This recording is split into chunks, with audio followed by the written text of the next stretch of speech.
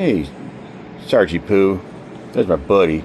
See, Sarge, he's now going around with one eye, but he's still really happy doggy butt. Because he's just in the moment, unlike me. Because with my massive intellect as a Homo sapien,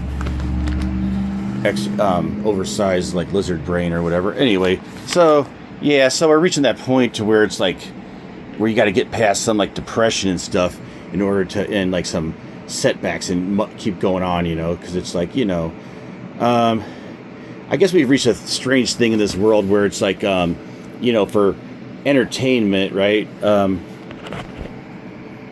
For some form of entertainment now, it used to just be some, big star, or whatever. But now it's just a bunch of, you might just watch some normal person like me, just muddled through his BS activities, or whatever, stuff that, and me too. And I'll watch a lot of people that maybe objectively, a lot of people might think, isn't really that interesting, but there's just something that connects with it, So anyway, and and I don't know, some of us like YouTubers, I don't know if a lot of us maybe we haven't had much success in any other stuff, and we've kind of been like failures, and we don't really have to worry about a public image. So our lot in life is to be kind of like the Jester. If I could do like a Jester's hat, but you got to take it too far. Not like there's that one episode of Kenny where the guy was just doing stuff to like humiliate. There's that one episode of South Park. Remember when like the Kenny kept just doing really weird stuff, like just to humiliate himself. Just and they said, "No, let's be a prostitute and just do stuff for money," But anyway. So what was the point of that? Anyway, so yeah, the point is that in some of these things, so I'm going to be talking more like frank about my life and feelings than you would like in some other channel if it was some CEO with like this, CEO with like this gold watch and his sparkling teeth or something, I don't know, whatever it is, his hair and his trophy wife, whatever, right? All that, anyway, so yeah. So what is it? What am I so upset about? I'm upset that I can't get some stupid plant to grow right. And I know that's kind of stupid, right? Gardening. But I've been putting a lot of energy. See, I got a lot of these different hobbies like I want to kind of bring together, and it's for like, for real life, for making my life better in real life, doing things I enjoy. But also, the YouTube thing, and that just kind of feeds on itself. Maybe not actually have like a monetized channel or any channel that's actually making some real money or anything, but just where you get some intelligent comments. Oh yeah, that's a really cool idea, John. That kind of stuff, and people actually. You get some comments, but just like good video. It doesn't. There's nothing to indicate they actually watched it. But anyway, so this gardening thing. It was something that I was trying to do. Okay, so the type of gardening I had interested was like, I guess it would be permaculture. Gotta stop look at the screen on the phone and just look at the screen on the permaculture. I can't spell or anything else, so like okay, and all right, and so it's stuff like a food forest.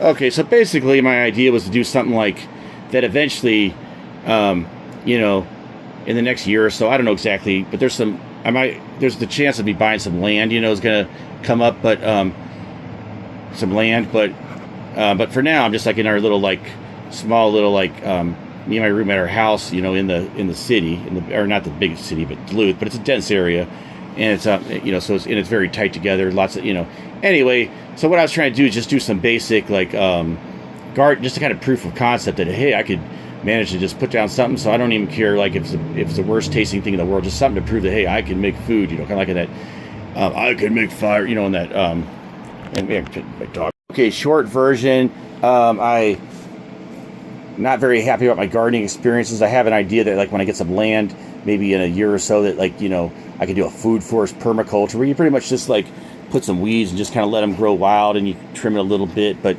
so I'm trying the Jerusalem Artichoke or the Sunchoke, and I've been having a really hard time even with that. That's supposed to be one of the ones that grows like a weed. It takes over your garden. It's supposed to be like if you can't grow that, you must not like the animals. And anyway, if you can't grow that, you really suck or whatever. Anyway, and then so I'm feeling bad because I had a couple of my shoots bitten down by some kind of like, the AI's telling me it thinks it's like a cutworm or something, so I don't know. So anyway, but I gotta try to get this video out every day, so even if I'm not feeling too great, I gotta try to just do this real quick. So let's just see. All right, so our quaternity split. home, split, home, and then, okay, I got to remember what it is, flow, and archetype. All right, and just to make this really quick, okay, Jungian psychology, this is my way of more or less splitting up. I'm not saying this is the perfect way it can be split up, but splitting up the idea of like the 4 different aspects that I think are good from Jungian psychology point of view for making kind of like a activity you do in life, like enjoyable for you to do, fun, fulfilling, that sort of thing, okay? And the one is because you can see it as like an abstract thing with different formulas you can different formulas you can manipulate, the mapping it, that sort of thing, crystalline beauty, okay? Home, because it gives you a sense of home, okay? Which, yeah, it does make you feel like you can build a home if you can grow a plant. Or flow. Can you kind of like look at the way things flow in nature and recognize the beauty of that, and then like the flow of the thing building up until the ringworm eats it. Yeah, then the archetype of the creator, that sort of thing, the guy who can you're thrusting your thing into the ground, the earth, the ground, which is like the mother archetype and growing. Anyway, so that's like the Jungian part of it. Let's just real quick I'll go out there just for the video today. I'll just kind of real quick talk about my misadventures with agriculture, with permaculture. Misadventures in permaculture. Yeah, like I said, I mean, this is mostly I just wanted to kind of like build up some morale, kind of because I was excited about the idea of doing this land thing sometime, but it's not happening yet, so it's just something to give me a good feeling, but it's not helping. So, okay, so anyway, and yeah, I admit it's messy back here. Part of it's because me and my roommate, a lot of these are like old gardening things he was doing, but these two things here are the only things I'm doing. This is like really the first time I've ever attempted to really grow anything in my life, so anyway. All right, so you can look here, the squirrels did attack these at first, but these are doing pretty good in here, but the problem is that I don't know at what point, like if you take them out, and I had a few other like misadventures with it before getting them even to, but anyway, but let's just say at this point I was feeling happy because I was finally in these pots getting these things to grow, and then I just needed to let them get big enough where I could transplant them into the ground. And the problem is at some point they might be getting too, I don't know if there's a thing where eventually, because I was trying to figure out where they get too root bound and they will stop growing, but at least for now, I mean, because I figure now with like, after these other ones that got bitten up like that, I need to make sure and have them be as high as possible before planting them.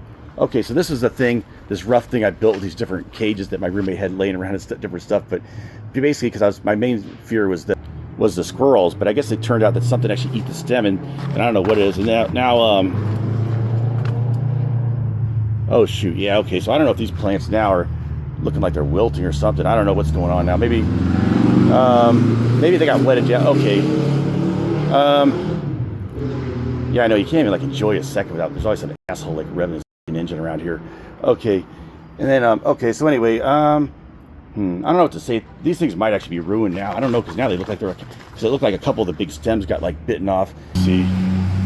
Anyway, now here's my other thing I've been growing was these mushroom logs. I'm not sure how good these are, but basically, okay, you basically put these dowel rods on that have like the mycelium on them, and you put them into some logs that you think are doing okay, and not like some logs that don't already have some kind of fungus, and it does look like the mycelium. So maybe these mushroom logs will do okay in like in a year or so, I think is how long it takes. I'll have like some kind of like mushrooms come out of it, or I don't know how long it takes. But anyway, okay, so at least a couple of these logs seem like they're doing good. So as far as my agriculture type thing, that's at least somewhat okay. Yeah, so anyway, let's just try to continue and have a good day. Nice view, it's a nice day. I'm not sure exactly how hot it is, because sometimes it says 88 on my car here, but I think a lot of it has that high thing, because I think it's like, I don't know where the temperature gauge is, but it seems like I think it gets like heated up in the sun, so you gotta drive for a little bit before you find the same. Yeah, I don't think it's really that hot. Yeah. Okay. Anyway, maybe like mid 70s, upper 70s.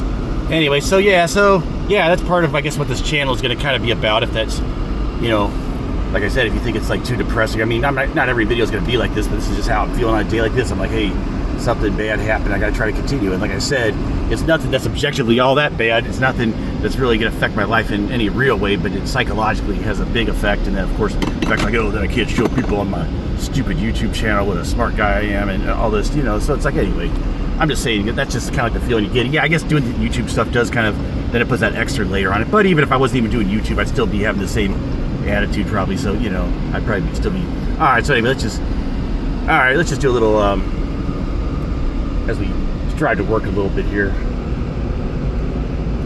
If I can see this. They just changed this recently. I guess I don't know if some people actually fell off this cliff or what happened. Anyway, but it used to be two-way through here, then they made it, now it's like where you got to go, it's one way through here. That's a bike and walk path, and I don't know. The only thing is it's not as easy because you used to be able just like, especially if it was like some time of the season when it wasn't busy, you could just like park right there, just kind of enjoy it. But it's like almost like they got rid of all of like the easy, relaxing, like looking at the scenery thing. Everything's got to be like this big production where you get tickets and I don't know. Anyway, more negativity, but you can still kind of do that, but it's a little bit more difficult now. But anyway, yeah, so this is Skyline Boulevard here. But yeah, I mean, if people actually were getting hurt, okay, I can understand if they needed to do this, I guess, but I don't know. I mean, yeah, definitely if you ever went off that cliff or anything, or maybe, I don't know if that's what happened. Did anybody like crash, or was it just like maybe some bikes, maybe people almost got hit, or I don't know. Ooh, beautiful scenery though. There's a plane flying up there. This 30-day YouTube mini-series is a psychological experiment using Jungian psychology to live better and experience more this summer. I'm not a psychologist, just a layman looking to apply Jungian principles to life. I'm starting with the idea that the unconscious mind is very smart and tells us things. And believing in this, I drove up to Hibbing, Minnesota, and I found that 4 locations in Hibbing, Minnesota corresponded quite well to 4 different principles called the Hibbing Quaternity. The first one is the Hibbing Ghost Town, which the characteristics is you feel the echo of the past as the wind flows down established paths. This represents unconscious voice being in the center of a moving circle, the mother archetype, home, center, castle, etc. Character I'm coming up with here to explain it is Nellie, the ghost sheepdog mom who circles the area, protects and guides. The Greyhound Museum has to do with travel and also the Jungian idea of beauty as a way of mentally feeling your way into physical objects and flowing into life in general, flowing beauty, mentally becoming part of the object. The character here I'm coming up with is Flows With It, which is a Native American cartoon character who has a magic canoe, finds all paths, glides over, portages, flows into life. Now the ore pit, it represents awe, the smallness of the individual, abstraction, and the way in making the world simpler, more understandable. Connections, the beauty of symmetry, the beauty of maps, beauty of mathematics. And this is supposed to be Laser Nash. Doesn't look like him that much, but anyway, it's like John Nash with his cup sending out all these laser beams across, dividing the world, trying to find that order in the chaos from A Beautiful Mind, if you haven't seen that movie. Bob Dylan's home. It represents stories, archetypes, wishing to become someone else. DJ Hat Trick, what he does is he gets people into the groove by putting different hats on and sending people into different paths. It's sort of like the way we do whenever we listen to a song, for example. Here's a simplified view of the Quaternity here that I'm going to be using for this 30-day adventure. And this is what it's going to more look like. I'm just going to do a simple sketch that I'll put in the video and then just kind of explain it like on a notepad like this to make it simpler so I can get it done. So I can do a video for 30 days. And so subscribe to get all 30 of those videos.